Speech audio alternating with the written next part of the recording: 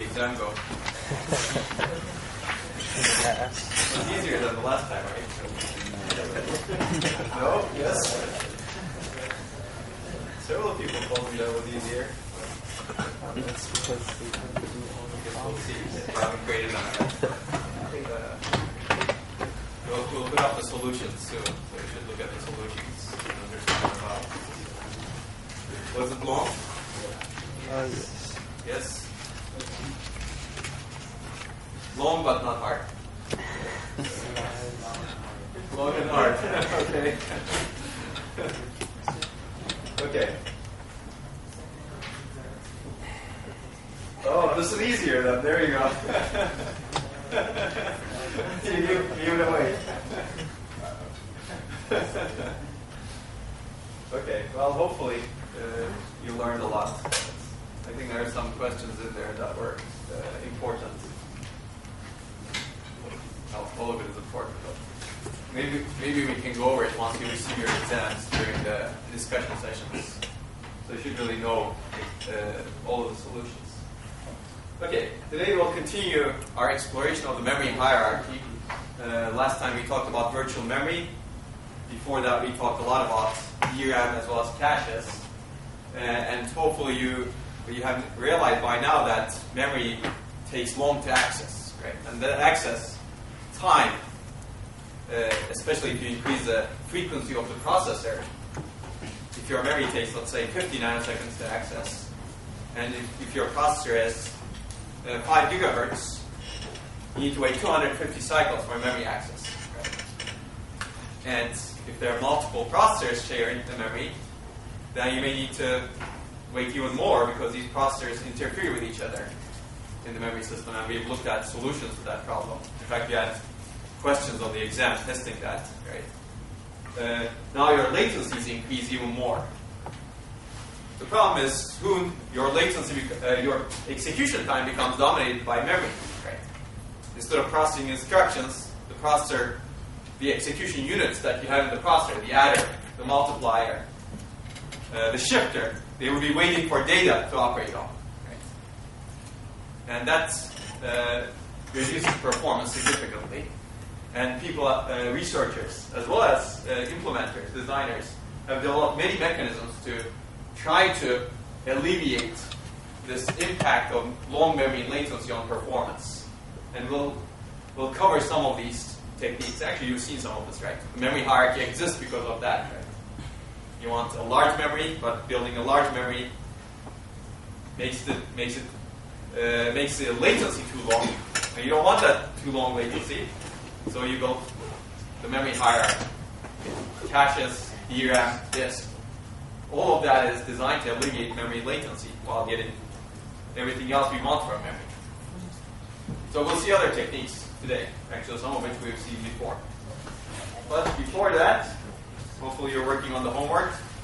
Actually, most of you finished it, I think, before today, right? And hopefully that was useful for the exam. And your lab assignment is due April 23rd, which is next Monday. Have you started? Yeah. Yes. You're done? No, it's extremely long. It's extremely long, really? There you go. It's good, yes. It's long, very long. I don't know why it's started. So you better start soon. So many things. But it's fun, hopefully. You'll build the memory hierarchy. Right? You'll actually design a real hierarchy. So far, your hierarchy was toy, if you will. When you got a cache that you waited for 50 cycles and magically data appeared. Now you're going to make the data appear in a more realistic way. And you can do some extra credit as well, which is prefetching, which we will talk about today. Okay, but before that, I want to give out the prizes for the lab 4 as well as lab 5. Is everyone here? Eric is here, I know that. Arthur? How about Alex? Yeah, Alex is there. Good. We have 2. So Arthur, you'll pick your books and Arthur will get whatever remains, I guess. And this is lab 5 grades. I want to do these two things together. This is these are the grades for lab 5. And this is, I think this is a perfect score, right, Chris? Yeah. Yeah. These are fully correct implementations that got the full credits. There are 12 of them. And there's one more of it, one person who actually got the extra credit.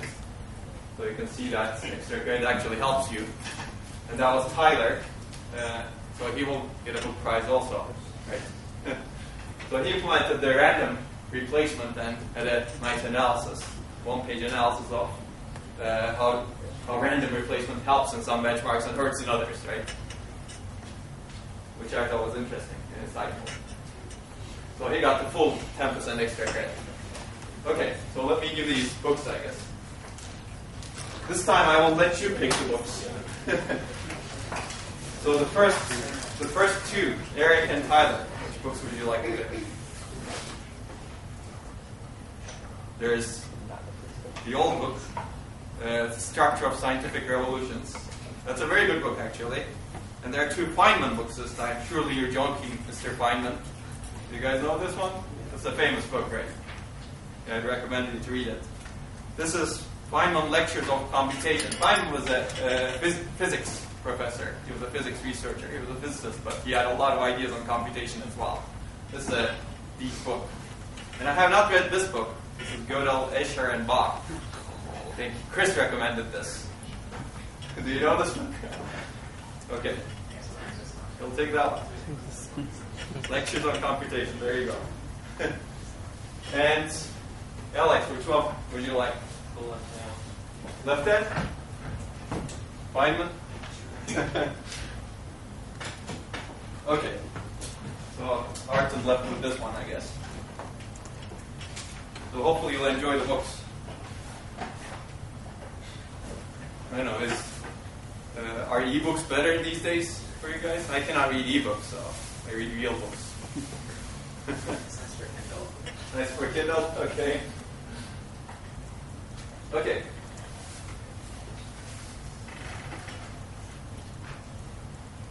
As I said last lecture, we covered virtual memory, so hopefully you understand it well. Today, we'll cover memory latency tolerance, reduction, and prefetching. Actually, most of the day and next lecture will be prefetching.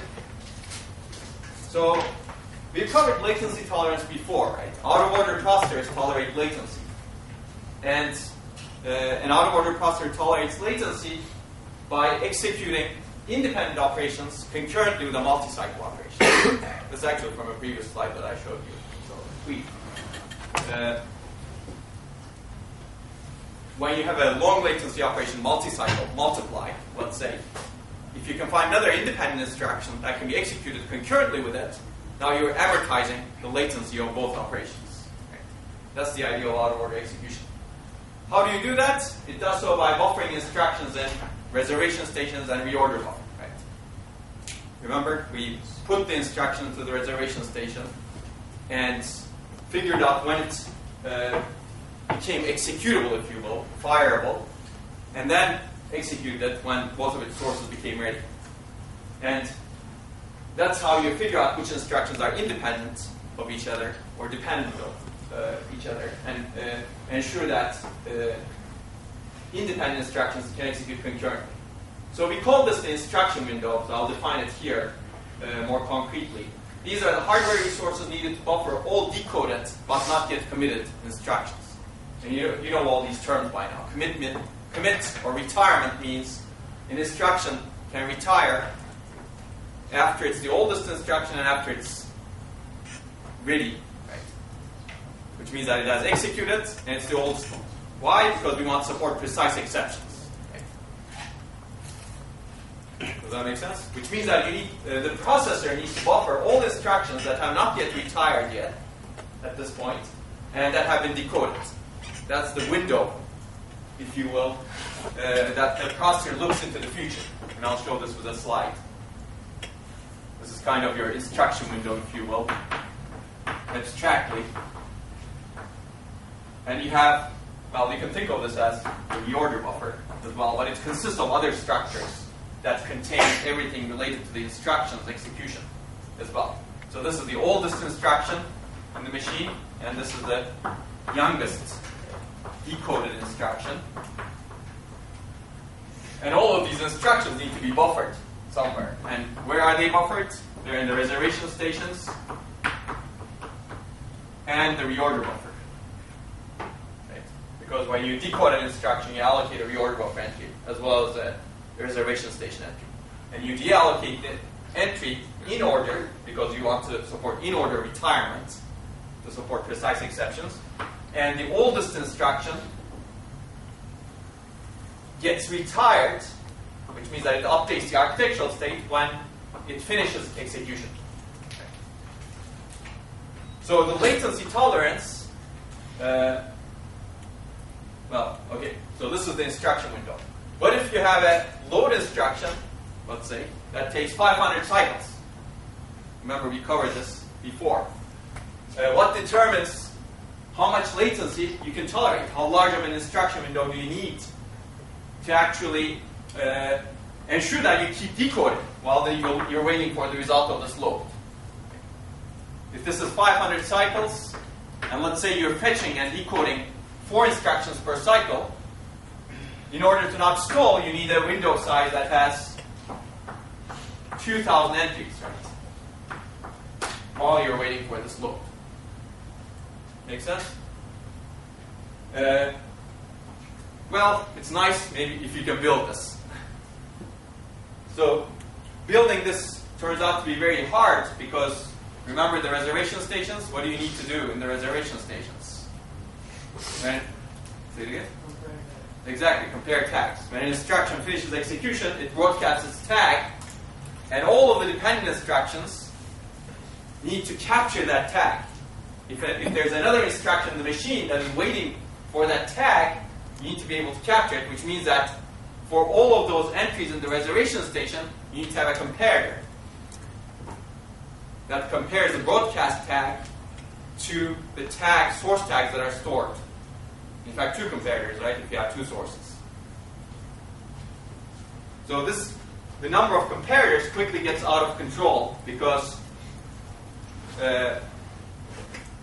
you may actually be broadcasting multiple tags at the same time also, right? If you're executing multiple instructions at the same time. You can actually do the calculation. Let's say you have a reservation station that has 2,000 entries. You have 2,000 entries. Let's say how many comparators do you use? Number of comparators. 2,000 entries in the reservation station. Let me do this in a better way.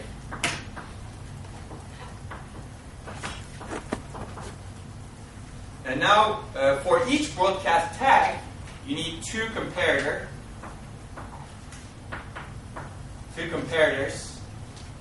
per entry, if you will, and also a broadcast tag. Let's say broadcast tag.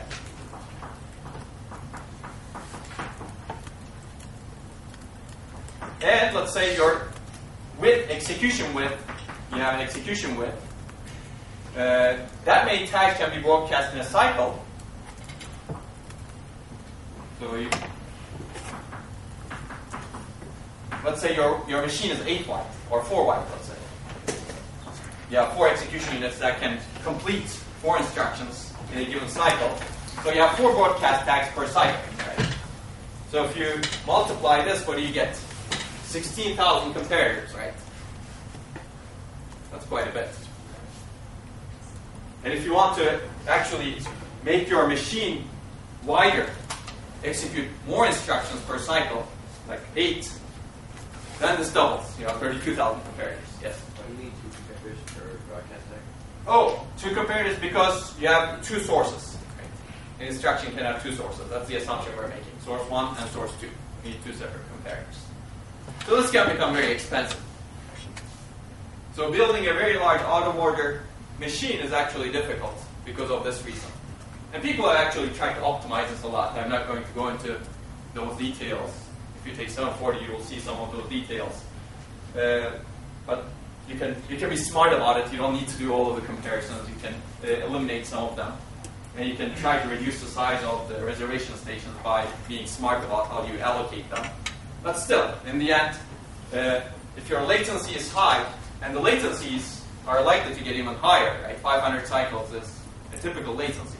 To give you an example, Xbox, which is not the highest end processor, it had memory latencies of 650 cycles or so, or around that range. It of course depends on your processor cycle time as well, right? And the memory technology. You've seen all of this before. So if this becomes 1,000 cycles, this also doubles again, right? Assuming you don't want to stop. Okay. So this is so out-of-order execution cannot tolerate all of the latency.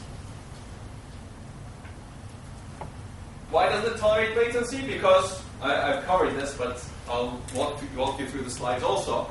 When a long latency instruction, this load, is not complete, it blocks retirements because we need to maintain precise exceptions, which means we need to do in-order retirements.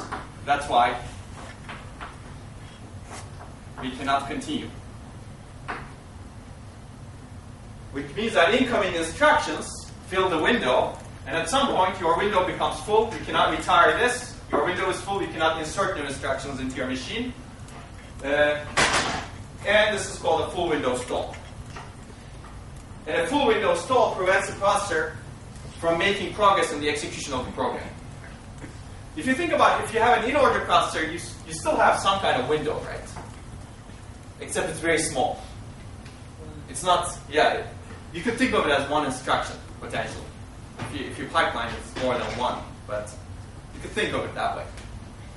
Whereas out-of-order execution enlarges this window by putting instructions to the reservation stations. So the problem exists in in-order and out-of-order processors.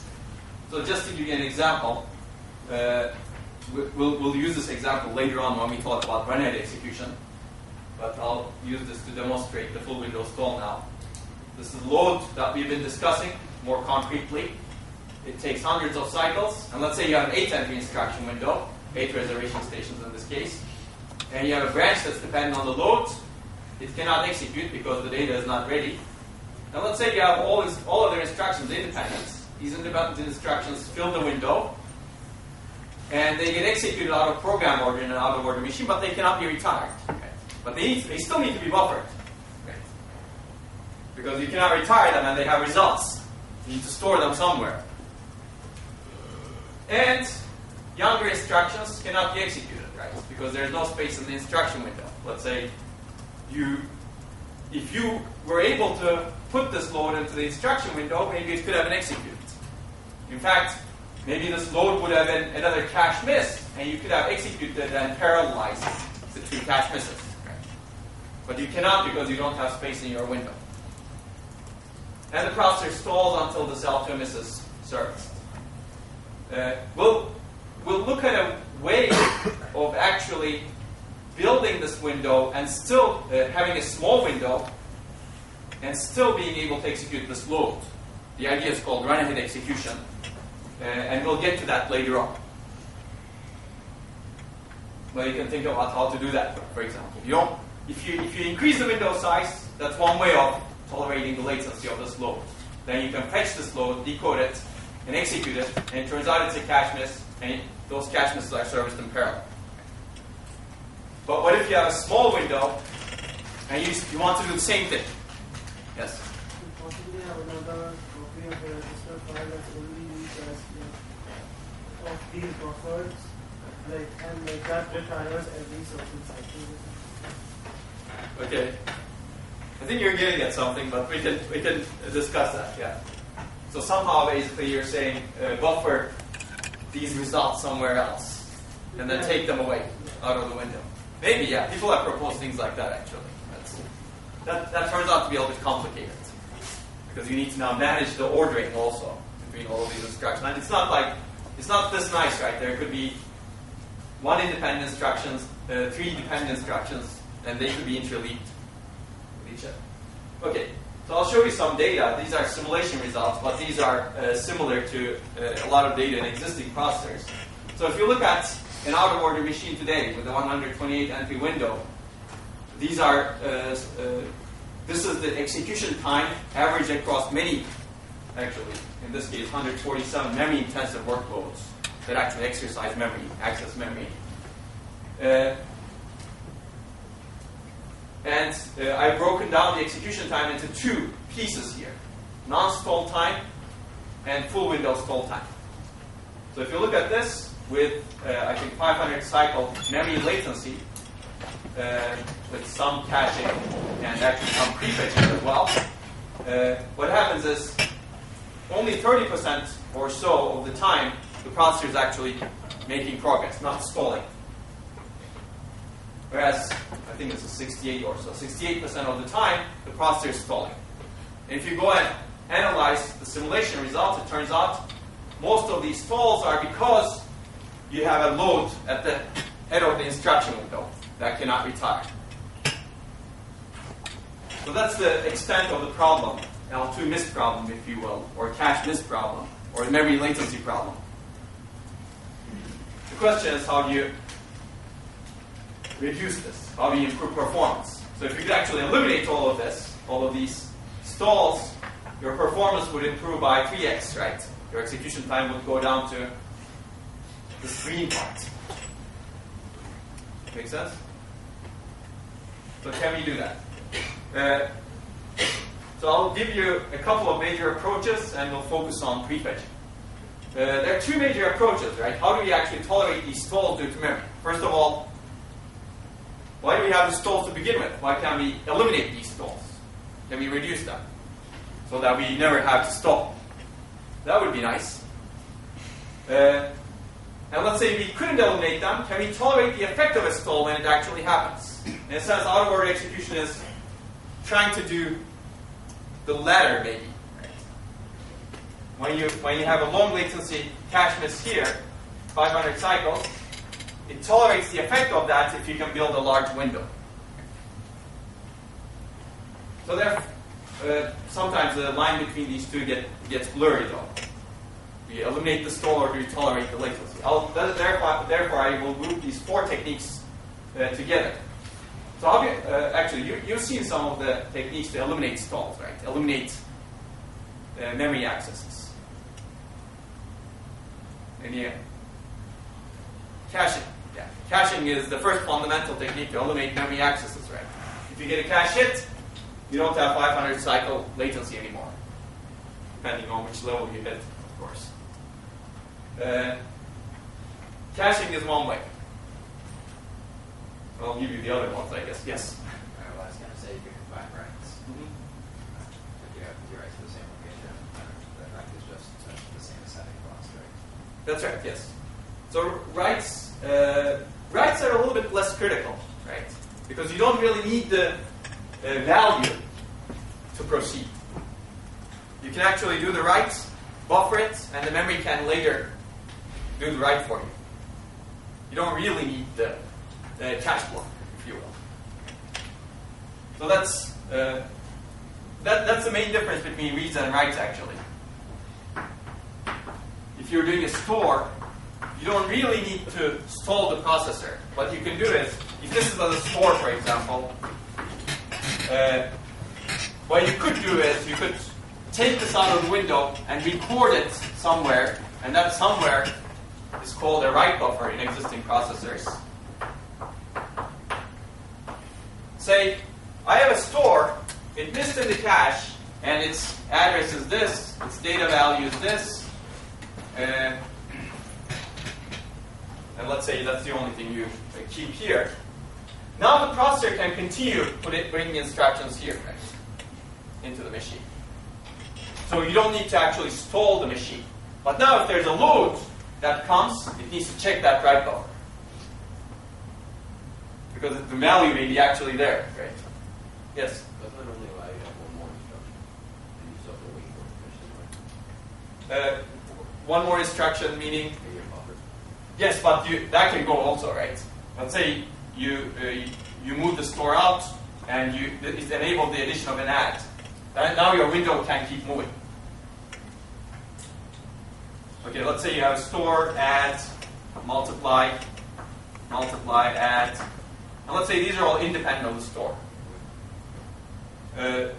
You remove the store, put it into the write buffer. Now, you enabled one more instruction to come, but now your window can move. Meaning this add can be complete right away. Multiply can be complete, multiply can be complete. But don't you have to wait for the store to write back anymore? No, right? Because the store is sitting in this write buffer. It's recorded. and its logic in the memory cache controller or the write buffer is handling that write. No other instruction needs that value, right? And if they need the value, that's what I was mentioning. If there's a load instruction that has the same address, then it gets the value from this buffer. That's the idea of write buffering. Make sense? So writes are less critical because you can actually take them out and buffer them. And this exists in existing clusters. The store instructions do not stall the instruction window. Of course, when the write buffer gets full, this is a limited size buffer also, right? When it gets full, now you cannot put the store that is at the head of the instruction window here, which means that now stores actually can cause full window stalls as well. So if you have a lot of stores in your program and if your memory latency is high, you'd better have a large write buffer. Of course, now you know the trade-offs, right? If you make this write buffer too large,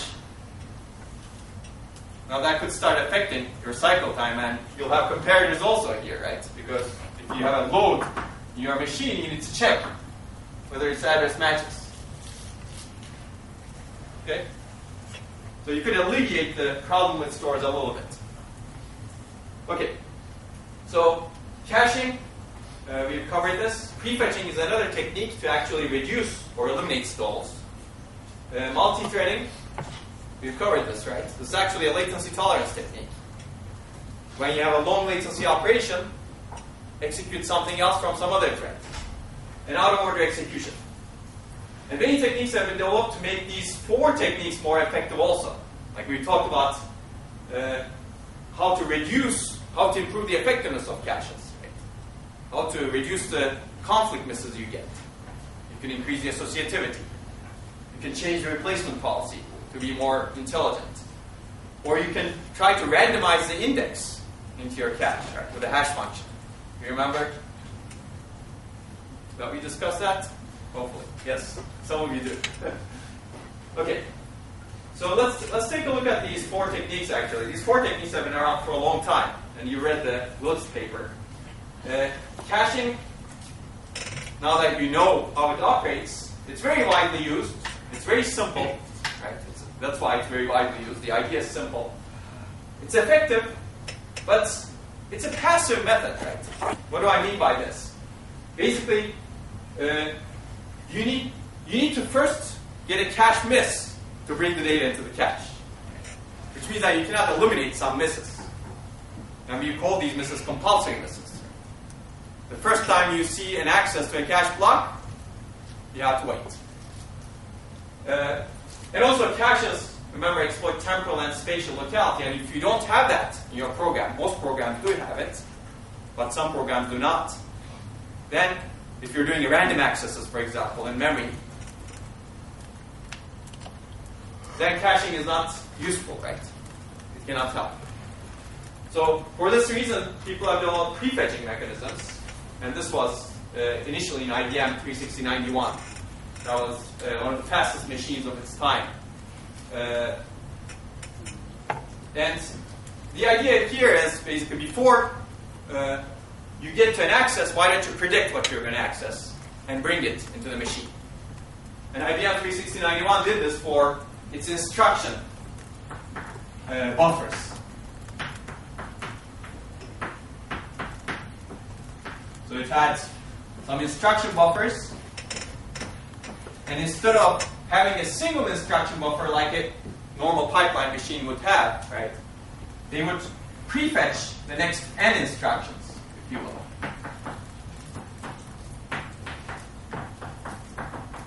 Well, how do you do this? You know the program counter of the instruction that you just fetched, and since programs are usually sequential, right, in a control flow machine, the next instruction is very likely PC plus 4. Let's say your instruction sizes are 4. You know that the next instruction you're going to execute is the next sequential instruction in memory. And the next one is going to be PC plus 8. The next one is going to be PC plus 12. So when I try to fetch an instruction at PC, address PC, why don't I bring in instructions at PC plus 4, PC plus 8, PC plus 12, ... and store them into this instruction buffer. That way, after I'm done decoding this instruction, and that moves into the pipeline, I can just get this instruction. That way you overlap the latency of fetches of multiple instructions. That was the prefetching IBM 36091 implemented. And we'll look at how this is done for data as well.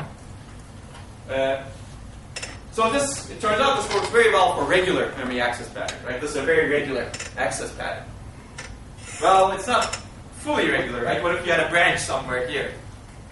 Then your instruction buffer is not providing you the correct instructions anymore. So you'll have to take a stall in that case. Okay. And we will cover a lot today about prefetching. Multi-threading. Remember multi-threading? Fine-grained multi-threading. You had a question on the exam. That actually tolerates latency. Right? If you, in a sense, it tolerated the latency of stalls that are caused by dependencies. Right? Because we fetched from a different thread every cycle. That way, no thread, you kept the pipeline full, except you kept the pipeline full from different threads, different applications. Does that make sense? So if one of the threads actually has a load instruction that misses in the cache, now you can execute instructions from other threads. That way you're still doing useful work and tolerating the latency. And this works well if there are multiple threads. Right? We've discussed this. If there's only one thread in your machine, you're wasting a lot of execution bandwidth. There are actually two versions of it, versions of multi-threading. One is fine-grained multi-threading, as we discussed in class, right? Fetch from another thread every cycle, such that there are no instructions from the same thread in the pipeline at the same time, so that you don't need to do data dependency checking, you don't need to do branch prediction. That's the most purest form of multi-threading. And that way you tolerate any long latency operations that happen in any thread. The other is more coarser grained multi-threading.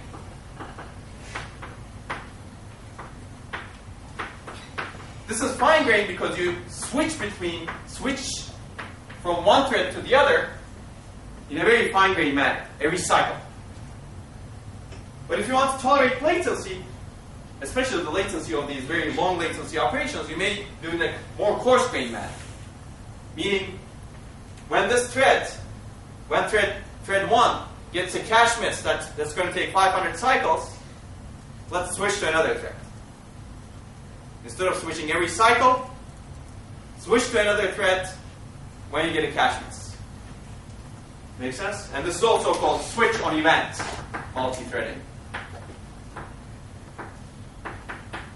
Or switch on L2 miss multi-threading, if you will. And this is also implemented in processors. So examples, fine-grained multi-threading, Sun's Niagara processors are fine-grained multi-threaded today. Intel's Larrabee, I don't know if it exists anymore, but fine-grained multi-threaded. These are recent processors. Coarse-grained multi-threaded, Intel. Itanium 2 has actually sophisticated mechanisms for doing coarse-grained multi-thread. When it gets a cache miss, it's L3 cache, it switches to another thread. And it can have two threads, potentially, in the machine. Make sense? That way, if the other thread doesn't get a cache miss, you're still utilizing your machine. You're doing useful work. Okay. So that's another technique to tolerate latency. The downside is, of course, if you don't have multiple threads, or if you care about the performance of a single thread, this doesn't help, right? Because if you care about the performance, switching to another thread actually doesn't help your performance. But we will see some techniques that use this kind of multi-threading hardware. So what does this require? This requires that you have multiple contexts, hardware contexts, present in the machine. Multiple register files, and you actually solved a problem in your first exam to make this work. You need to have multiple register files. You need to have multiple program counters. You need to switch between them. Coarse-grained multi-threading hardware support is similar, except you don't need to switch between the threads at the same time. You don't need to switch between threads in a very fine way. Right? Yes? Can you have a memory hop situation in a situation similar to the memory hop situation in coarse-grained multi-thread?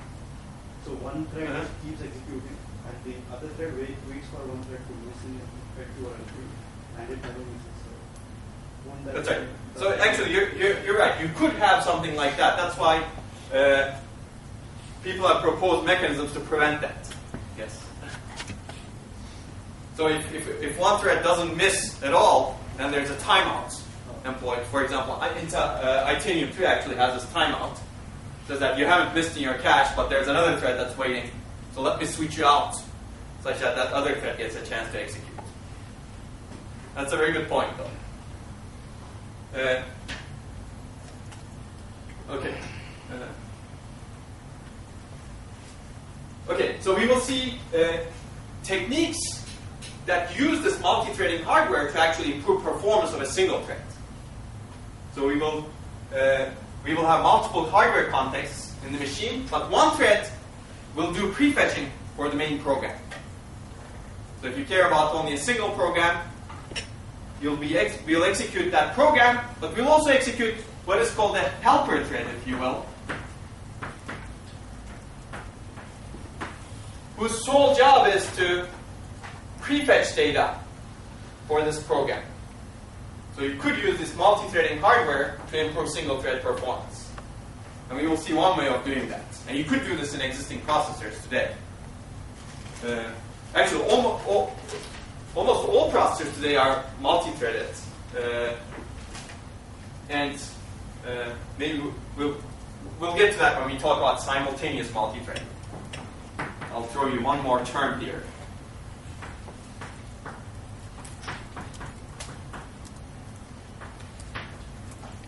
Simultaneous multi-threading is the ability to execute from two threads at the same cycle. So here, fine-grained, you switch between threads every cycle. Coarse-grained, you switch between threads every n cycle, where n is large, or every cache miss, for example. Simultaneous, you can actually execute from multiple threads at the same time, same cycle. You have two ALUs. One ALU could be executing an instruction from thread 1. Another ALU could be executing an instruction from thread 2. And a lot of processors today are designed this way. Of course, this is more complex, right? You can imagine.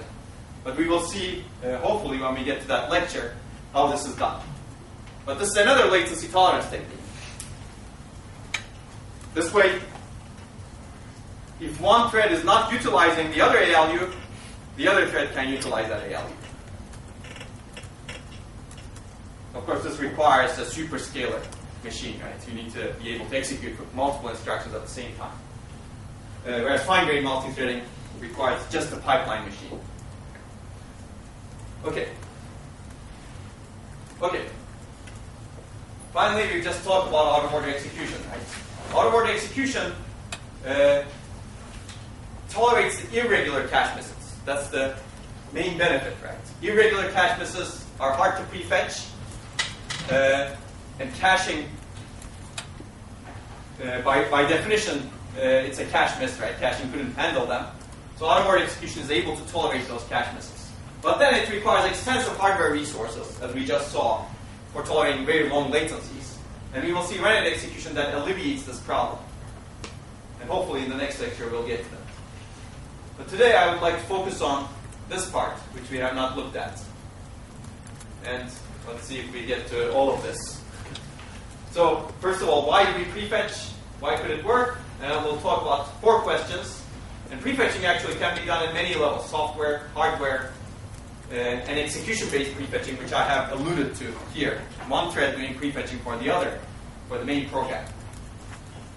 So what is the idea? The idea is simple, right? Basically, fetch the data or instruction before a program actually gets to it, before it's needed. Well, why? We've already figured it out, right? Memory latency is high. If we can actually prefetch the data accurately early enough, we can eliminate that latency so that we don't need to stall for this load. And we can also, this is a powerful idea because it can eliminate compulsory cache misses. Potentially, you don't need to see the address to actually predict that you're going to use the address. Does that make sense? Like I've already given you an example here, for example. The processor may have never executed PC plus 4, right? But when it gets to PC, the prediction is that the next instruction is going to be PC plus 4. And the prediction is that the next instructions are going to be sequential. Whereas those instructions may have never been seen, may have never been executed before. So you exploit the access pattern, if you will. That's the idea of a memory access pattern.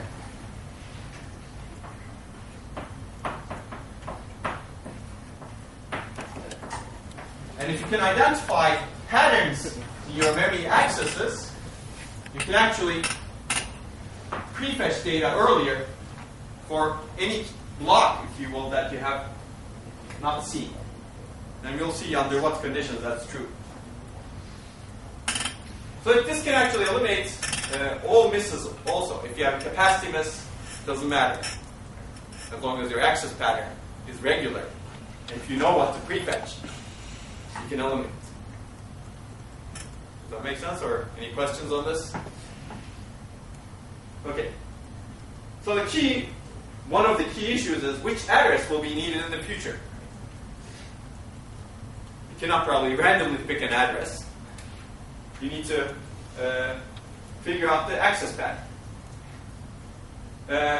Of course, your access pattern needs to be predictable for this to work, right? In this case, it was predictable. We're going down an instruction stream that's sequential. If you're doing an array access, remember we did the vector processors? Array accesses are predictable. Vector accesses are predictable. You access the first element of the vector, you access the next one, next one, next one, next one, next one. And these are stored sequentially in consecutive memory locations. You know exactly what memory locations you're going to need in the future. Right? So you could go and prefetch early. So this works if programs are predictable with address patterns. Okay, here's a question for you.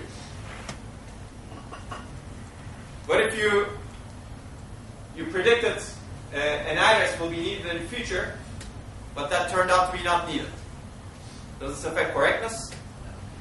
No? You just forced it in memory bandwidth, but now you're going to figure out that you need some other address and you're just going to let it as normal and you'll effectively just ignore it. Exactly. So basically you can ignore what you fetched, right? You fetched the wrong thing. But that doesn't affect correctness because you didn't even use it for anything. So there is no need for state recovery in case of prefetching. You just prefetch the data, place it somewhere, and most processors place that prefetched data into caches today. And I'll give you an example of this. And if it doesn't get used, it gets evicted. So this is in contrast to other speculative execution methods. Let me back up a little bit. So prefetching is a method of speculative execution. Right? You speculate, if you will. So what does speculative execution mean? Basically, it means doing something before you know that you need to do it. You speculate that you would need something, and you do it, but you don't know if you actually need it. Prefetching is like that.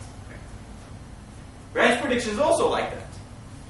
You predict a branch before you know the direction, right? Before you really know the direction, you guess, if you will. Value prediction is also like that.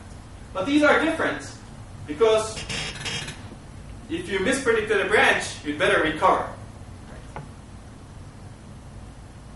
Does that make sense? You need to actually go back to the correct state in this case. Whereas with prefetching, that doesn't need to be there. So in a sense, prefetching is a little bit easier to implement. Because if you're wrong, in the worst case, you will reduce performance, but do not affect correctness. Okay. And in general, things that do affect correctness are harder to design because you really have to verify them very, very well. Otherwise, you can introduce a sophisticated branch predictor in your machine, and your machine will not work. You don't care about performance if your thing doesn't function. Yes? Should the recovery logic usually be pretty much the same despite what your branch predictor is? So. That's right, yes. That was just an example. If you introduce a branch predictor to a machine that doesn't know a branch predictor, then you will need to ensure correctness. But that's a good point. You're right. Recovery logic is usually the same. Okay. So some basics. In modern systems, so everything I will say in this lecture from now on will assume that you actually have a cache. That's a given. And prefetching is usually done in the cache block granularity. Meaning you look at the cache blocks that you miss. Here I showed you PC, but it's really the cache blocks you're going through when you're fetching instructions. Cache block 1, cache block 2, cache block 3, cache block 4. And you sequentially go through those cache blocks.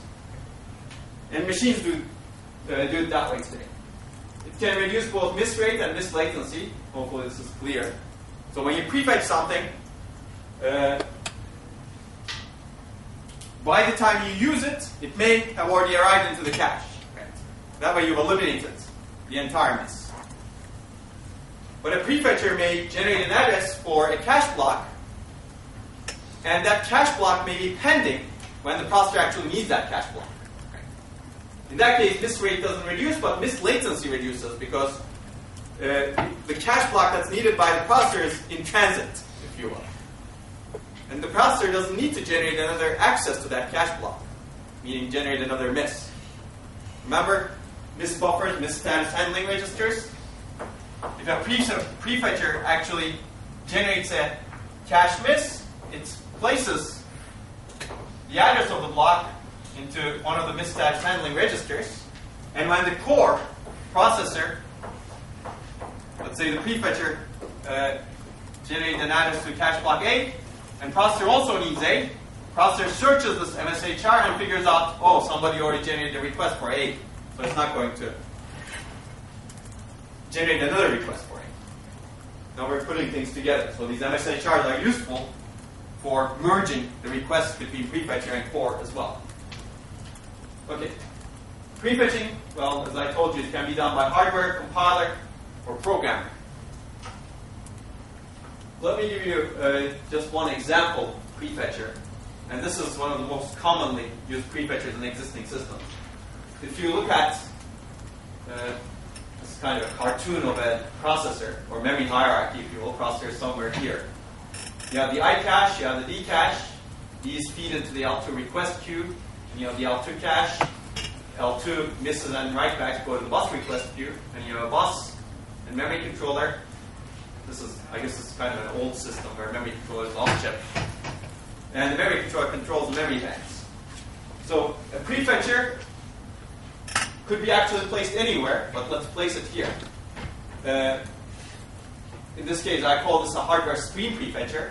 And the idea of a stream prefetcher is to detect streaming accesses. Accesses like this. Address A, next cache block is access address A plus 1, next cache block A plus 2, A plus 3, A plus 4, ... And you can imagine it's easy to detect. Right? So it sits between the data cache and the L2 cache, and it looks at the cache misses coming out of the data cache. And if it sees a pattern, it generates a prefetch, and it inserts that prefetch into the request queue here, such that that prefetch request is handled by the memory hierarchy, just like a normal demand request, except the difference is you have a bit saying this is a prefetch request. Right? so that the result doesn't go all the way into the registers. Does that make sense? So you could place this anywhere really, right? You could actually, the instruction prefetcher could be looking at iCache misses here. In fact, in this case, this is also looking at iCache misses. Or you could have a prefetcher at the memory controller, right? That looks at what accesses come here, and based on that detects patterns, and then prefetches data from the memory banks. And there are trade-offs associated with this. You could place it at the processor level, right? You look at the prefetcher hardware can try to detect patterns coming directly from the processor instead of the misses that are filtered, if you will, by the caches. And there are trade-offs associated with it. So one trade-off, if you place the prefetcher here, if it looks at every single load and store, let's say you still operate on the cache block address, you can see the full access pattern of the processor. Whereas if the prefetcher is looking at the accesses that miss in the data cache, then it's not the full access pattern anymore, because some accesses hit in the data cache. So you may not have full information. So your prefetching accuracy may degrade. And we'll see what some of those design choices lead to. Any questions? Yes. Should we have one? So you could, actually. You could have, in fact, some of the processors today have that. Intel processors have prefetchers at the L1 level, L2 level, and the memory level as well. And they could detect different access patterns. And they could be different kind of prefetchers also.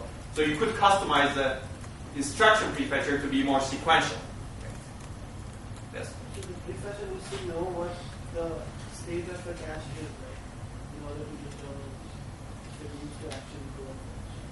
So in this case, it doesn't need to. So if you look at this, what it does is it looks at the cache misses. Let's say your cache misses look like this.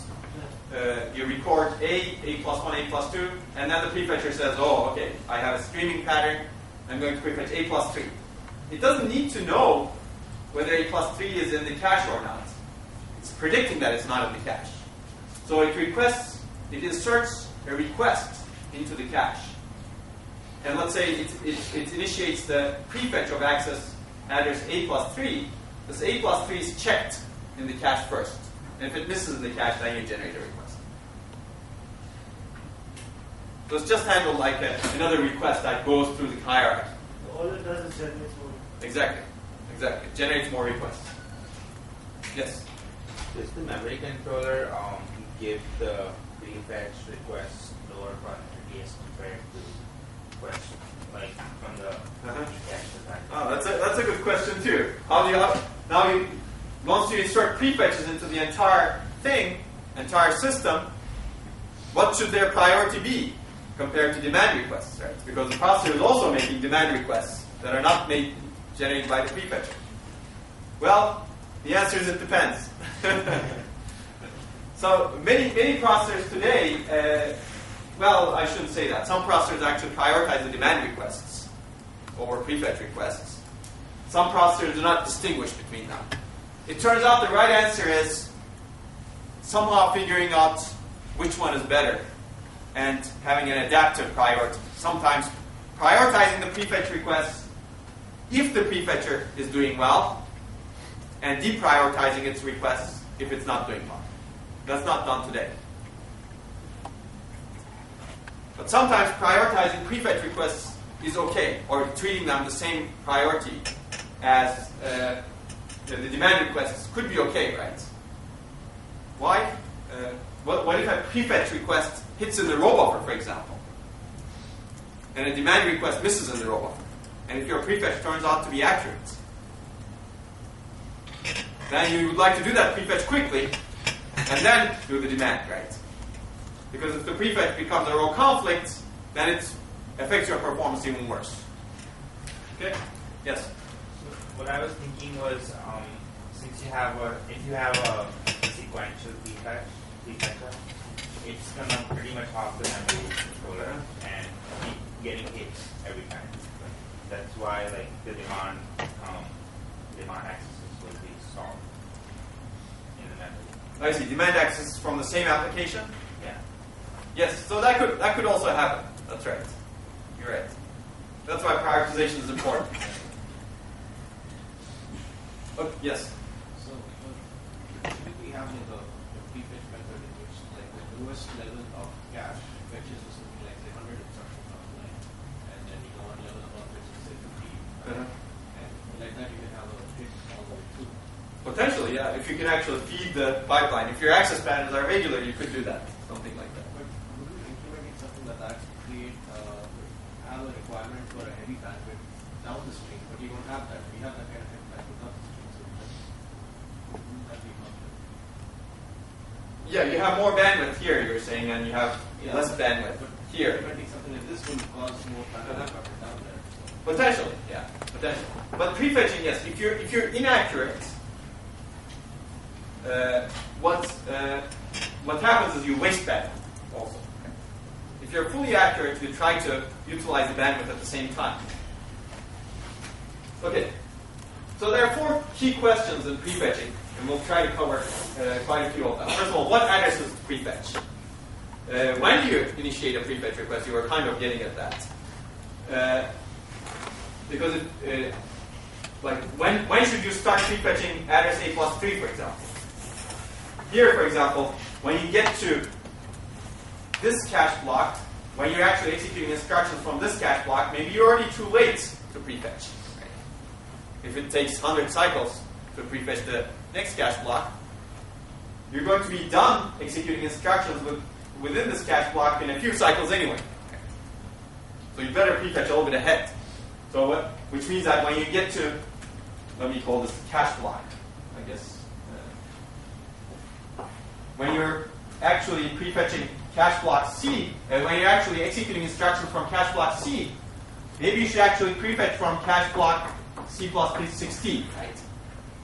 When you get to execute instructions from C plus 1, you prefetch from C plus 17. That way you maintain a distance between the processor access stream and the prefetch. Where do you place the prefetch data? That's another question, right? You have all these structures here. Where should you place them? And how do you do the prefetching? So let's take a look at the what first. Actually, we'll cover this more. What addresses to prefetch is important because if you prefetch useless data, you waste resources. Okay. Memory bandwidth, cache or prefetch buffer space, depending on where you place the data. Energy consumption.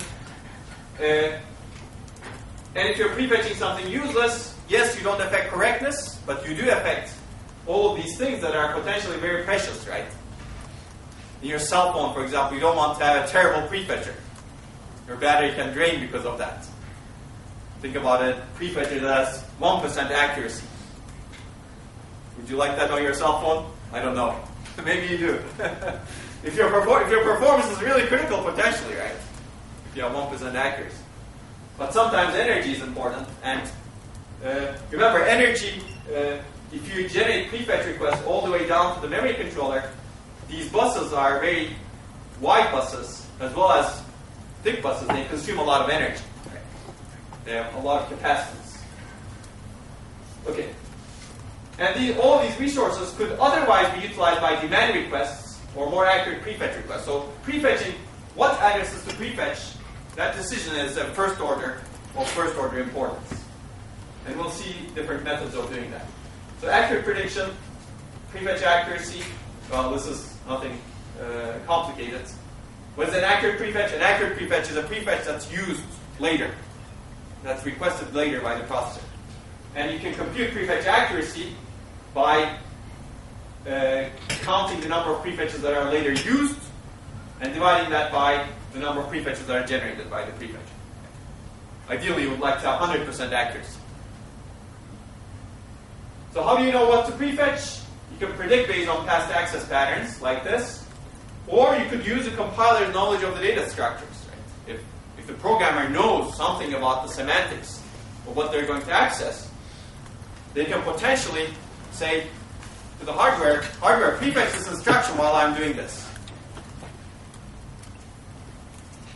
And we'll take a look at that. You can imagine that, right? When you're doing some work on one data structure, the programmer knows the next data structure that's going to be accessed is going to be this other data structure, and the programmer can insert a prefetch instruction for that data structure. Databases do something similar to this, I guess. So, like, if they're trying to sort things, they do like a merge sort type approach, where they read in like a certain number of buffers, and then while they sort that in memory, now they're reading the next number of buffers. Exactly. Yes. Exactly. So if the programmer knows that, and if the programmer actually cares, then they can insert such instructions, such code, into the program. A prefetching algorithm determines what to prefetch. Well, I guess the programmer has a prefetching algorithm in their mind also when they write the programs. I know, have you guys written the program with prefetch instructions? No? Not yet? Maybe after this lecture? Okay. Okay, we'll get back to this what. In fact, we'll spend most of our time on that what. So when do you initiate a prefetch request? That's another, yes? What do you use non-prediction elsewhere to predict what will happen?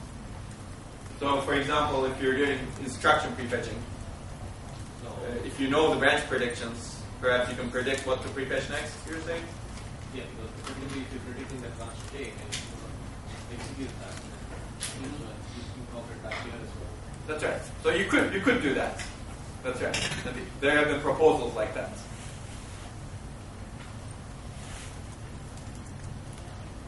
But let's discuss that later on. You could actually use that effectively for instruction prefetching.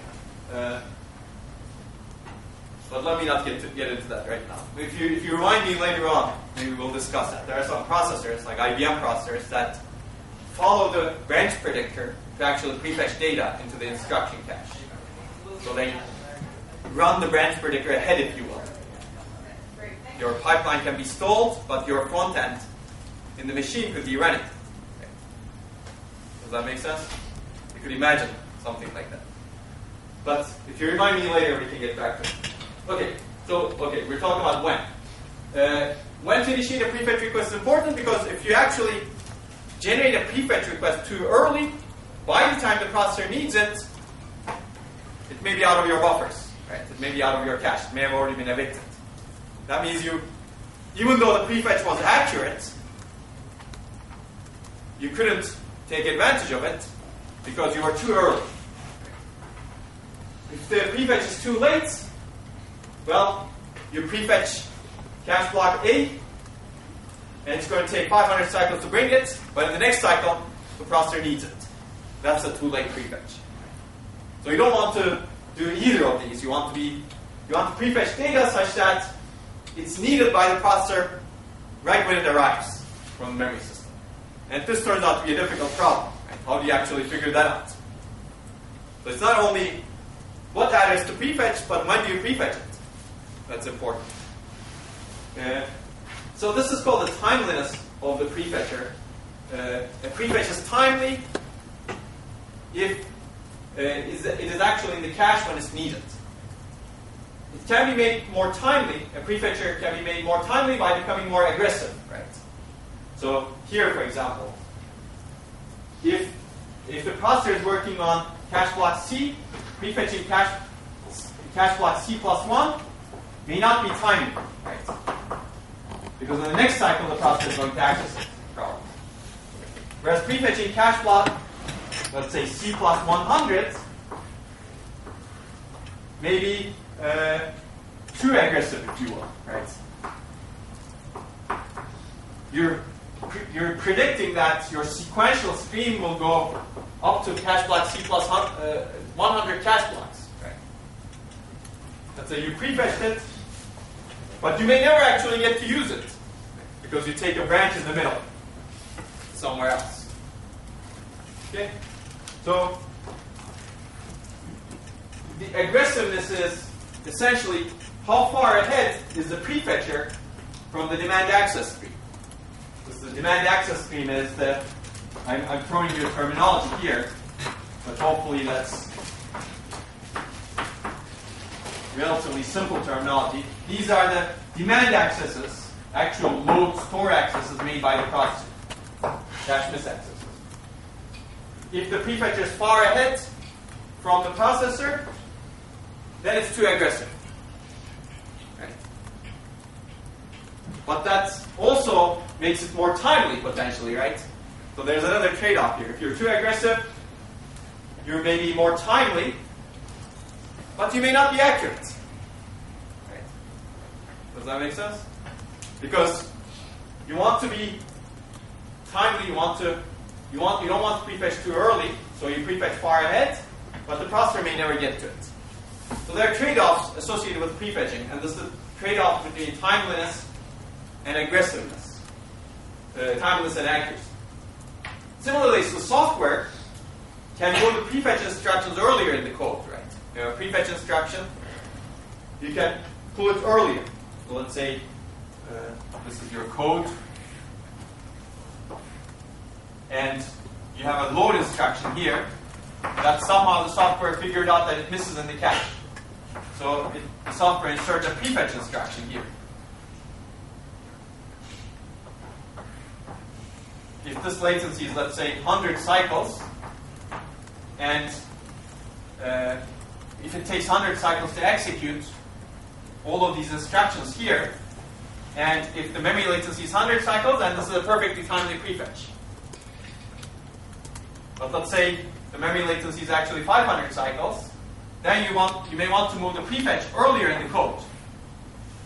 The downside is you do the prefetch here, for this load. Somehow you need to generate the address, of course. But again, this load may never be executed, right? You may take a branch that never executes the load.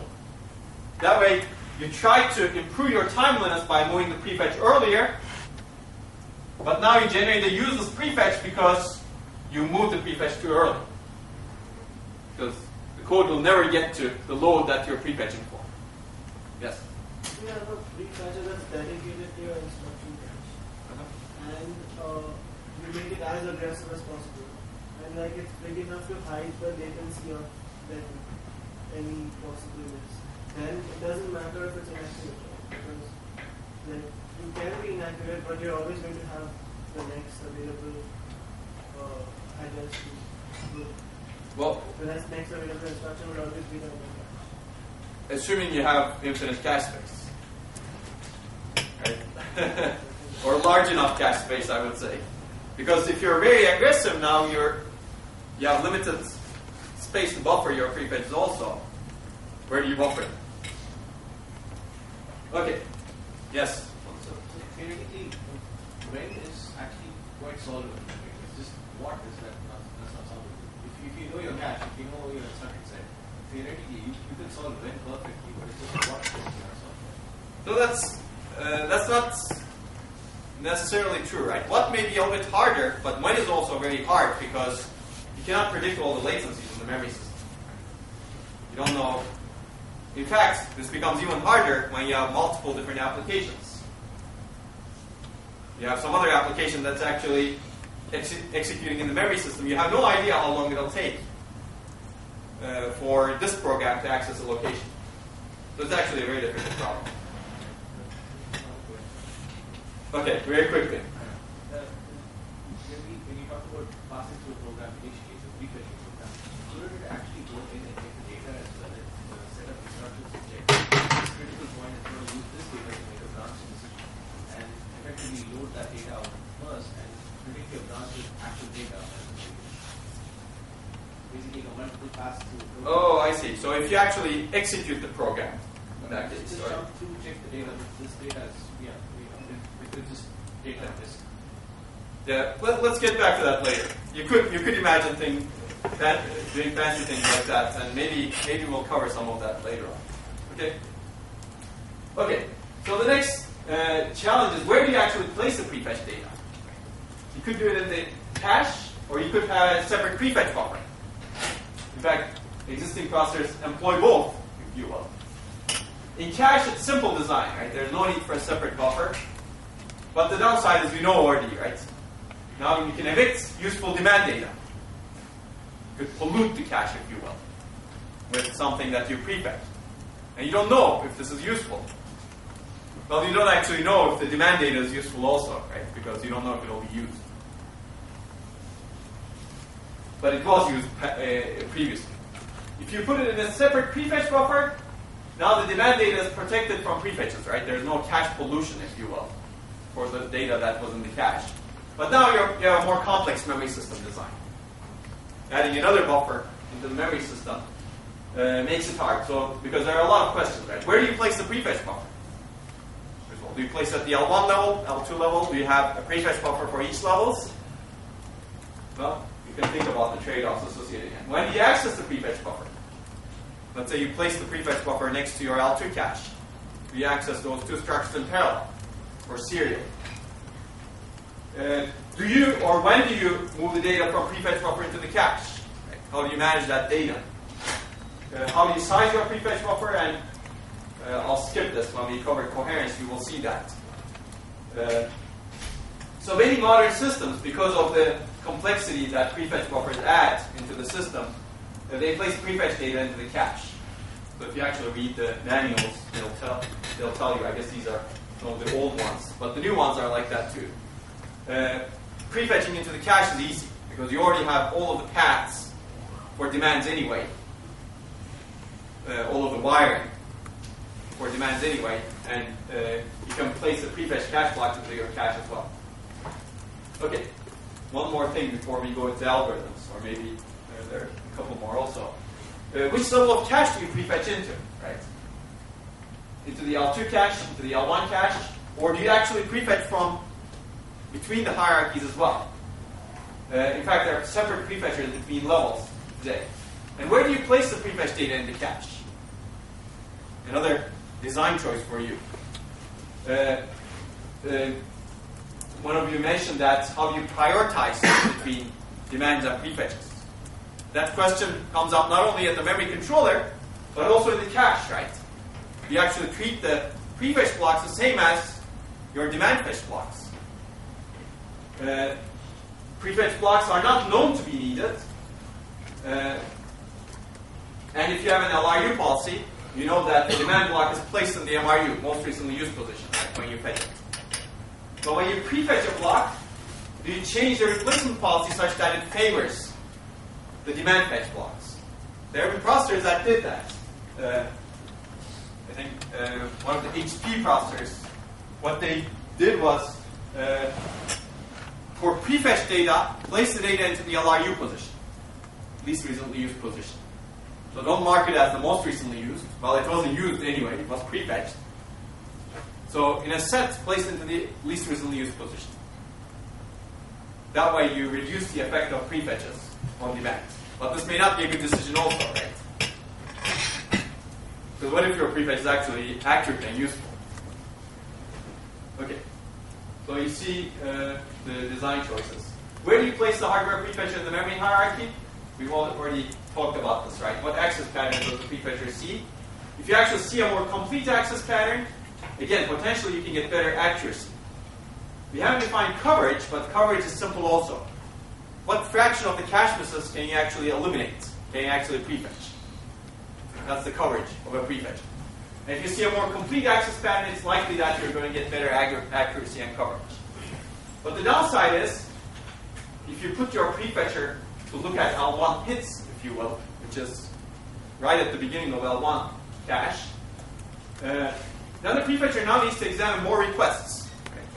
Which means that there may need to be more ports into the prefetcher, which means that it's a more complex structure. Okay, so let's take a look at how also. Any questions so far? Okay. I told you that there are three major ways. Software prefetching. In this case, the ISA provides prefetch instructions to the programmer.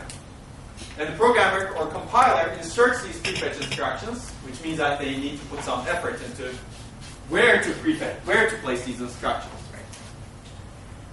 Right? The advantage is, if the compiler or the programmer knows the access pattern, knows some semantic information about the access pattern, they can do a much better job in prefetching.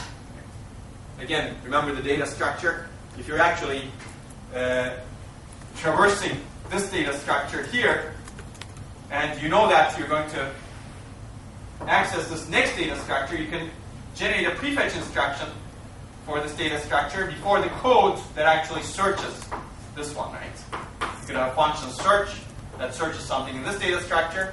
In the meantime, you can generate a prefetch instruction here. Of course, now the compiler or the programmer needs to know how big the cache is. Right? What if the data you access in this data structure is huge?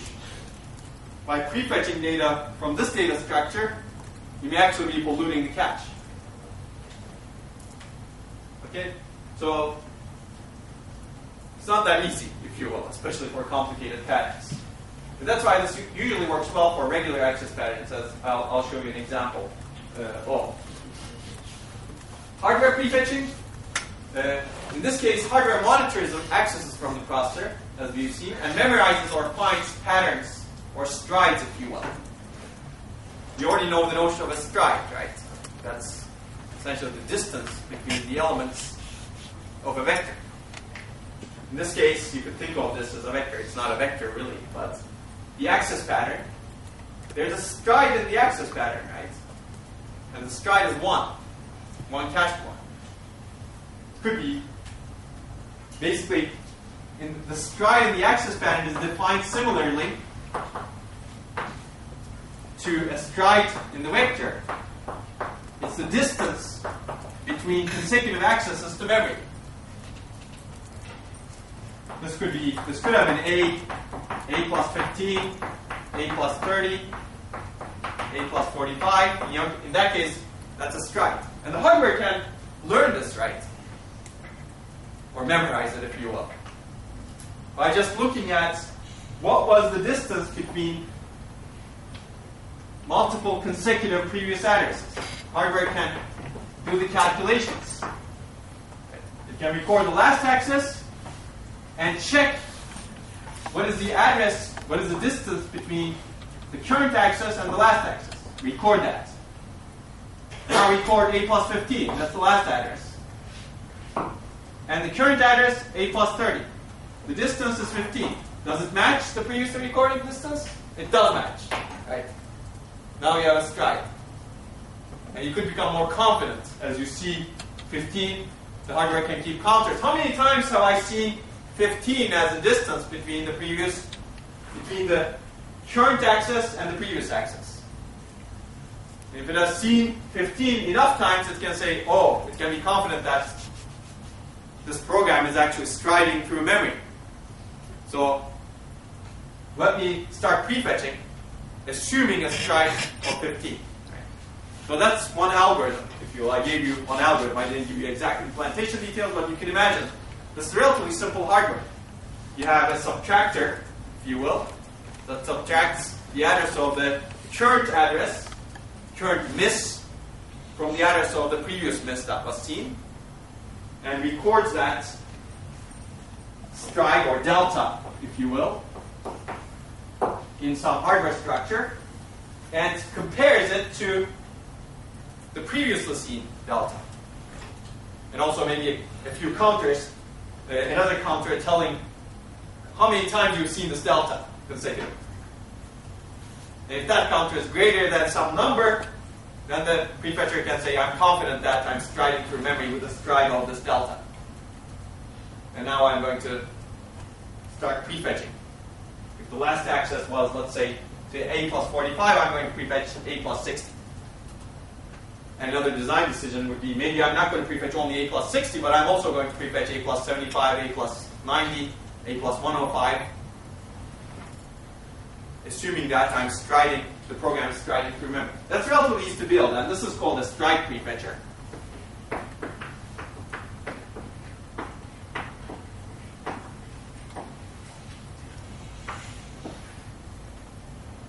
That way you can capture the regular access pattern. That's one way of memorizing or finding patterns in strides. And generates prefetch addresses automatically in hardware. There are also execution-based prefetchers. I briefly alluded to this. You can execute a thread to prefetch data for the main program. And we will see this. And this thread can be generated by either the programmer and more ambitiously in hardware also. That's more hardware cost. But we'll see one way of actually doing this in a simple way. basically executing the program to generate prefetches, executing a piece of the program to generate prefetches. Have you ever done that when you program? Probably not. Okay. Software prefetching. The idea is compiler or the programmer places prefetch instructions into appropriate place in the code. And you can read Todd Maury's paper on that. That's one of the first papers. Prefetch instructions prefetch data into caches. And we already talked about that. So what is an example of an instruction? These actually do exist in current processors. This is from an old x86 manual, I think. Well, it's prefetch H, prefetch data into caches. And it's microarchitecture dependent specification. Basically, the programmer or the compiler provides an address with an addressing mode. And, well, you can read it here, right? Fetches the line of data from memory that contains a byte specified with the source operand to a location in the cache hierarchy specified by a locality hint. If you say T0, prefetch T0, prefetch data into all levels of the cache hierarchy. And this is also actually microarchitecture dependent, apparently. In the Pentium 3 processor, it can be prefetched into first or second level cache. In the Pentium 4 and Intel Xeon processors, it is prefetched into second level cache. So if you have T1, then the data goes into the second level cache. So you can see these instructions are actually used by the compilers today.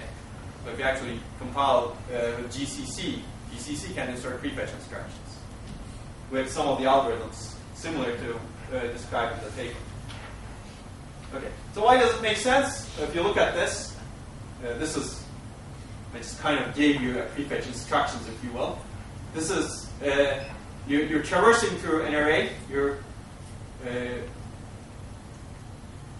I guess this is the dot product of two arrays. Is that true? A and B. Yeah. The access pattern is very regular, right? And assume that these are all cache misses for now. Basically, you know that you'll access the next element in the next iteration, in this case. And in this case, the inserted prefetch instructions are prefetching 8 iterations ahead. You're going to access I plus 8 iterations after you access I. Does that make sense? And there are 2 prefetch instructions. This way, if your memory latency is on par with 8 iterations of execution, you get the data right at the time you need it. So that's the trade-off the compiler somehow needs to make. Figure out how many iterations ahead should it generate these prefetch instructions for. And that could be difficult, as we were talking about, because that latency is not constant. That latency depends on what else is executing in the machine, which makes it tough. Okay, so there are issues here. The advantage, of course, is if you can do this, this is great, right? You overlap you hit all of your memory latency because you prefetch data by the time you need it. There are downsides. Now you have prefetch instructions which take up processing bandwidth. They will be part of your instruction window. I erased the instruction window over there. They will actually be part of your instruction window. You will have prefetch instructions in here. So that's one downside. However, prefetch determining this is difficult, and we've already talked about this. But just to give you an idea of the difficulty, this is the distance of the prefetcher. The distance is how many iterations ahead is it prefetching for. Determining this distance is dependent on the cache size, how long does it take to execute each loop iteration, what is your memory latency. In fact, we could have a homework question that figures out, lets you determine this distance. And this is very dependent on the microarchitecture of the processor. You generate code with prefetch instructions on one machine, for one machine. It has one cache size, one memory hierarchy. You run that program on another machine with a separate cache size. You see that actually prefetching slows down the program. Because whatever used to be a miss in this machine that you generated the code for now becomes a hit in this machine that you're running the code on. Because this second machine's cache may be much bigger. And these prefetch instructions are useless. And they occupy machine resources. So you lose performance. So that's one of the disadvantages of doing it at the software level.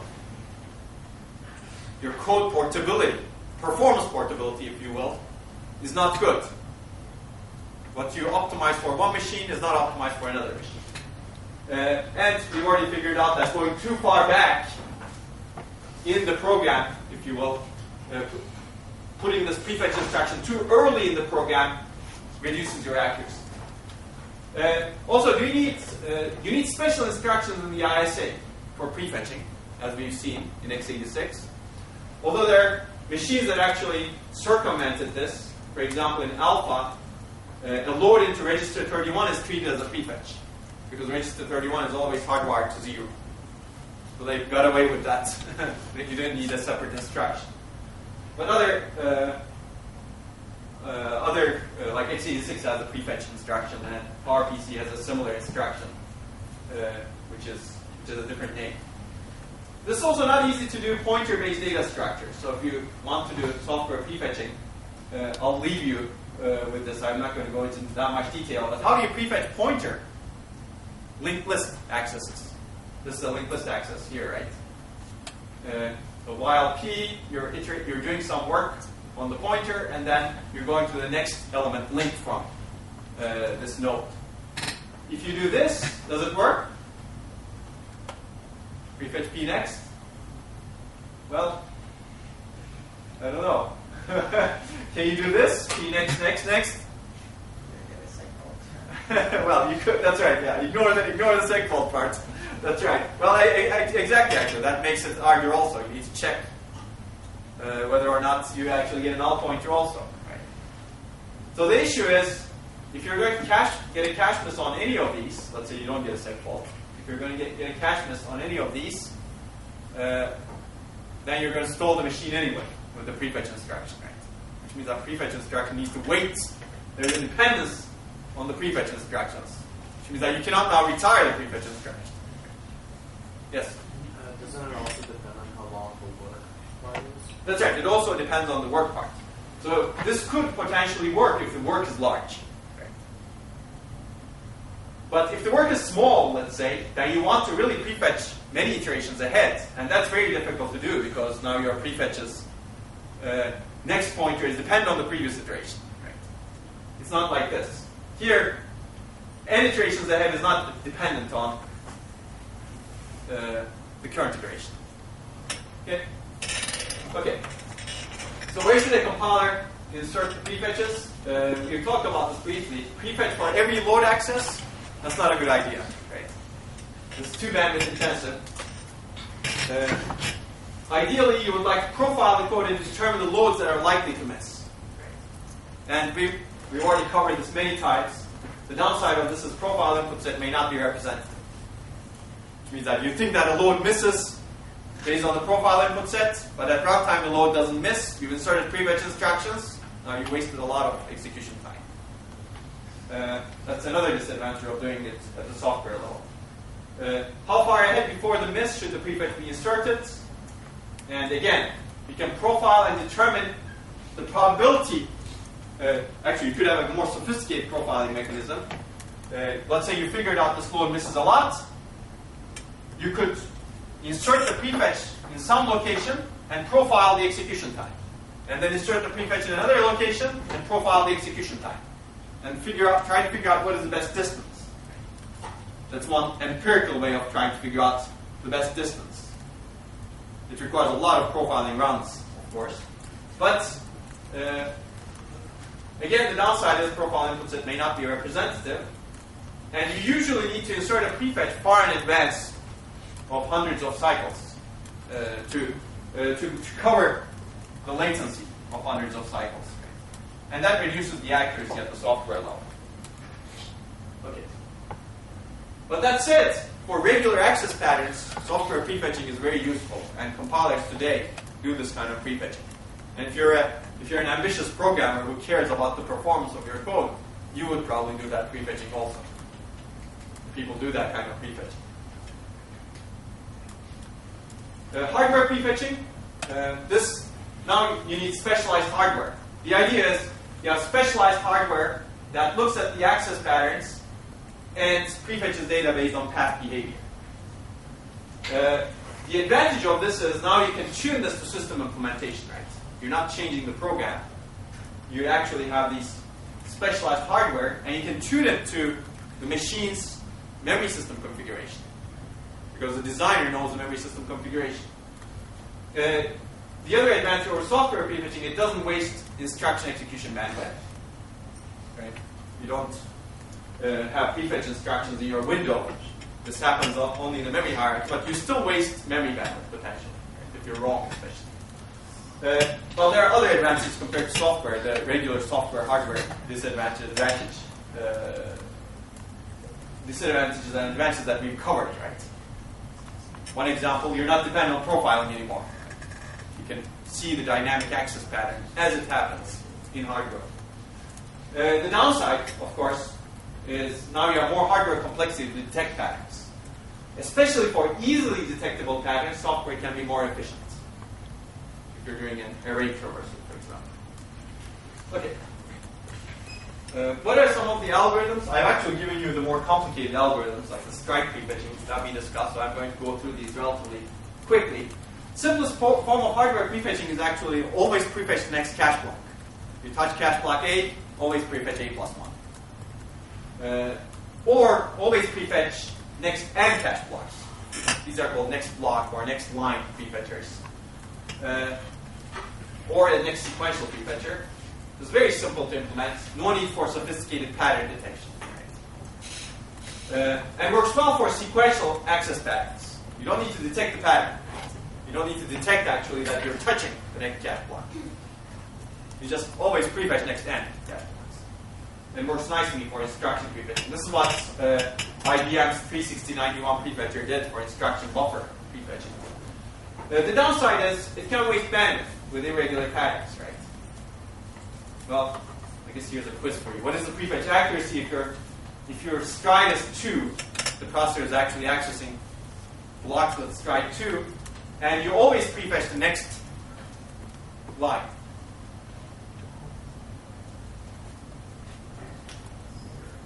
Zero.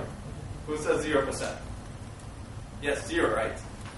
Because the processor's access scheme is like this: A plus 2, A plus 4, A plus 6, and the prefetcher, when it sees A, it prefetches A plus 1. When it sees A plus 2, it prefetches A plus 3. When it sees A plus 4, it prefetches A plus 5. It's always wrong, right? It's wasting bandwidth. It's not accurate. Of course, if you're N plus 2, then you would prefetch A plus 2, then you are 50% accurate. But then you're still wasting bandwidth.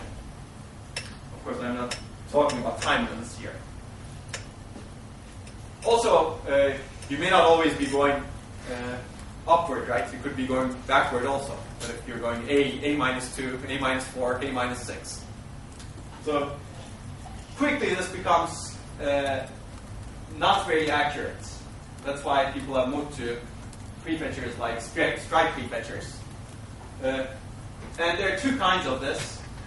One could be program counter based, one is cache block address based. What I described to you here was based on the cache block addresses. Right? Based on the cache blocks that miss in the cache, the hardware detects the stride. Right? But you could do this based on the program counter also, based on the load. And we'll take a look at that.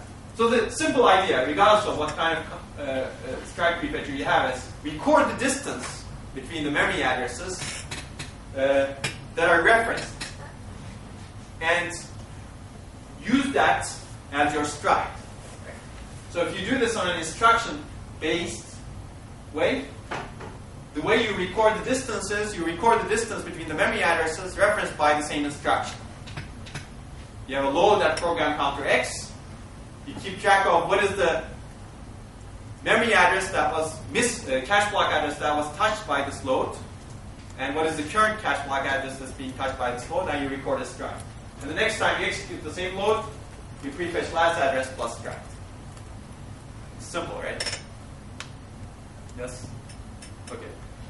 And this is one way of building it. I'm not going to go into this in that much detail.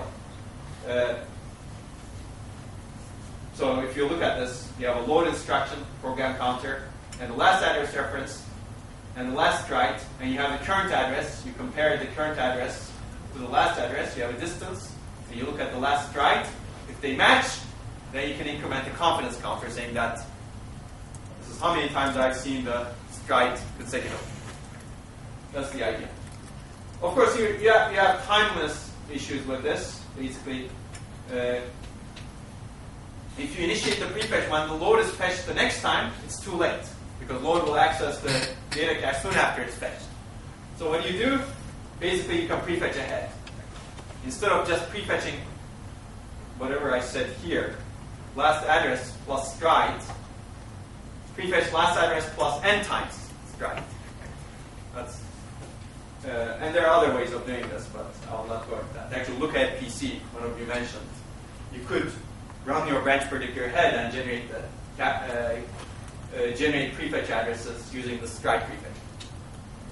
Okay, so cache block address space, this is what I described earlier, and I will not go into detail here. So you can read the paper that I'm going to mention here. So this is called a stream buffer, and it's essentially a stride prefetcher that works for a stride of 1, if you will. Actually, it's a little bit simpler than that. It assumes that you're streaming through memory. And this is implemented in many processors today, more sophisticated forms. Then we can put up the paper so that everyone can look at it. I guess I'm not going to require the reading, but the idea is you have these stream buffers that come after the cache, and each of them holds a stream of cache blocks. Let's say this is A plus 1, A plus 2, A plus 3. This is starting at B, B plus 1, B plus 2, B plus 3. This is C, C plus 1, C plus 2, C plus 3, dot, dot, dot. Okay. So this way, if you're actually working on multiple arrays together, all of those arrays can be fed nicely into your cache, right? And actually, these contain data as well. So that now this is also a prefetch buffer. When a load misses in the cache, it checks the head of all the stream buffers. And if there is a hit, then it pops the entry from the buffer and updates the cache with the data and also uses that. If not, then it allocates a new stream buffer with a new misaddress. And these, let's say a load actually hits in the stream buffer, and the stream buffer, now you can actually bring in another cache block with the stream buffer, right? Let's say you have A plus, let's say this has 4 entries, A through A plus 3, and the load hits in A. Now you bring that block A into the data cache. Now you can bring in A plus 4 into the file. So basically that's how you keep ahead of the processor access tree. It's a nice idea, and you can see how you can implement it. It's essentially a buffer, and you generate the next cache address, and then when the core generates an address, you compare the head of the buffer to the address generated by the core. And this is from the paper, so it's the same thing. Does this make sense? Okay. So these are all regular access streams, if you will, and these, in various forms, these hardware prefetchers are implemented in the machines that you're using. In your laptop, for example, you have these hardware prefetchers that are prefetching for the, I don't know, maybe Facebook page you're surfing right now. Okay. Any questions? We will go into more sophisticated hardware prefetchers, but let's take a look at the performance. We've already covered this, kind of. Accuracy, coverage, and timeliness. These are 3 metrics that are important for prefetcher performance. And these are simple. I've already told you that, but you can look at their definitions also. Bandwidth consumption is another metric. Remember, the bandwidth off chip is a big limiter. So ideally, you would like to minimize the prefetcher's bandwidth consumption. This is essentially, if your prefetcher is inaccurate, or if it's too early, if you will, it can actually increase your bandwidth consumption because it generates wrong prefetches. One good news is you can actually use idle bus bandwidth to do prefetching. So if you have a prefetcher at the memory controller, the memory controller can see that, oh, this bank is not busy, and it can generate a prefetch for that bank. Assuming it's accurate, then this prefetch doesn't contend with other other demand requests. And the other metric is cache pollution, if you will. These are the extra demand distances due to prefetch placement in the cache. And again, you would like to minimize this. Actually, you'd like to minimize bandwidth consumption and cache pollution. And aggressiveness of the prefetcher that we've described here, how far ahead the prefetcher can stay in the demand stream, affects all of these metrics. If you increase aggressiveness, you can actually increase accuracy potentially.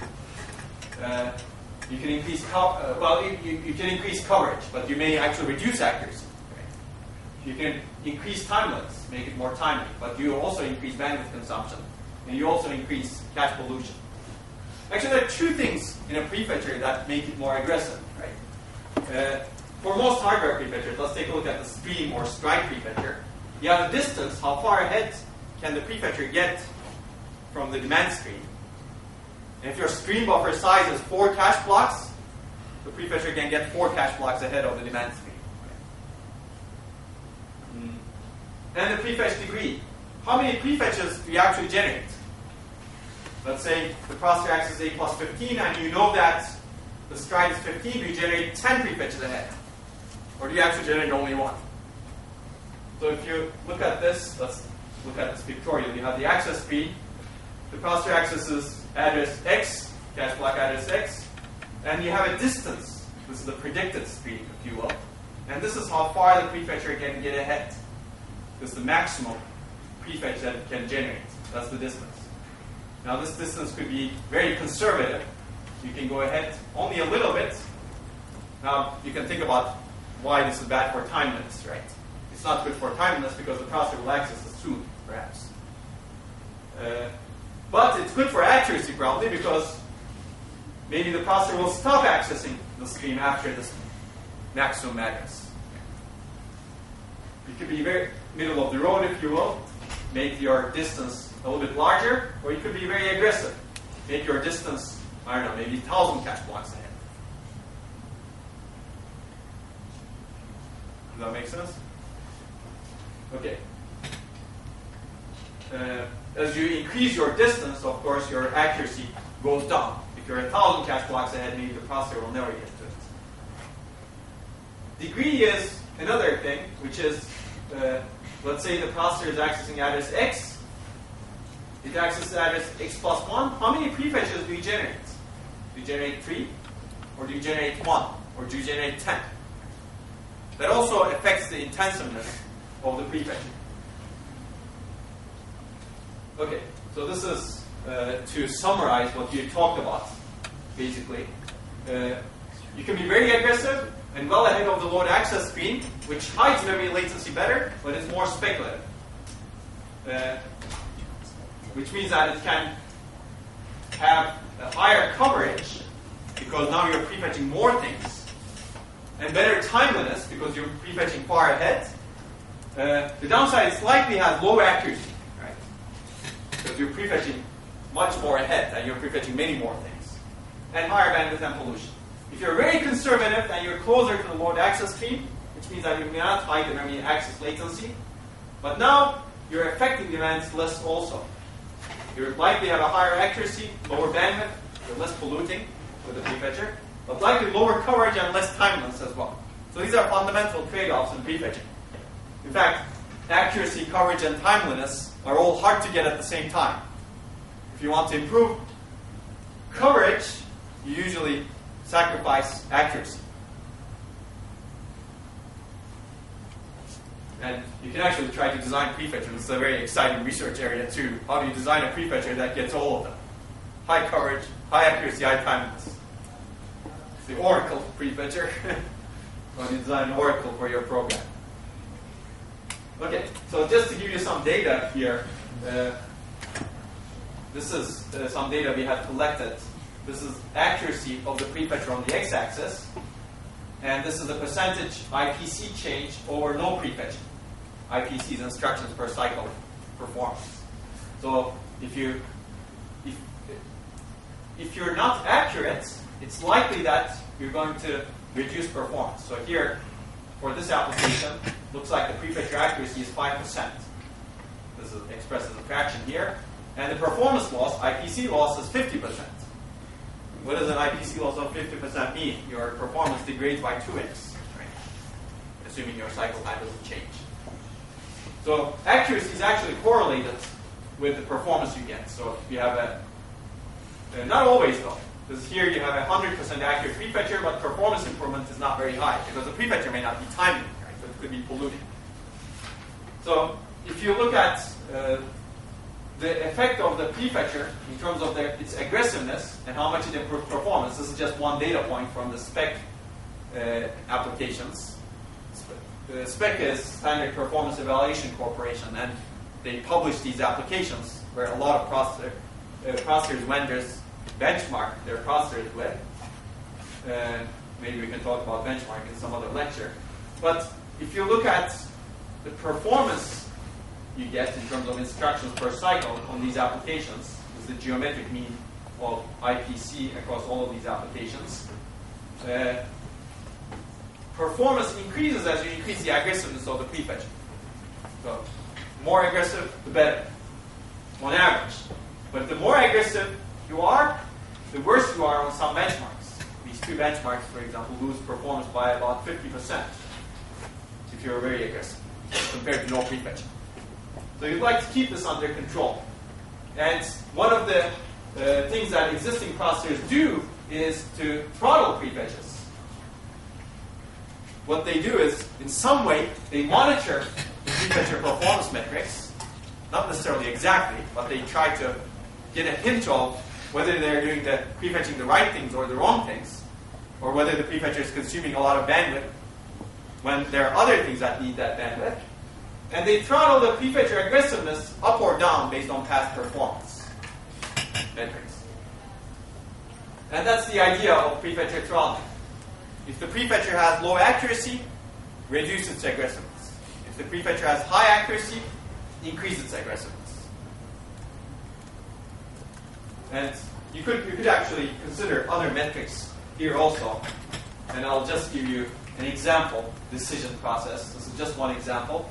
For example, if the prefetcher has low accuracy, then and if it's polluting the cache, then you can decrease the aggressiveness. So if you have a prefetcher control mechanism like this, throttling mechanism like this, and I'm not going to go into this in detail, but the key idea is monitor how the prefetcher is doing based on its accuracy, timeliness, as well as coverage, potentially. In this case, we use accuracy and timeliness. And based on that, increase or decrease its aggressiveness. If you do this, then your prefetcher becomes even better in terms of performance. Remember these applications? They were losing performance because of aggressive prefetching. Now you can make them gain performance by appropriately adjusting how aggressive your prefetcher is. And overall, you can make prefetching even better by using this kind of technique. Okay, any questions before we part? We'll continue with prefetching and more memory next time.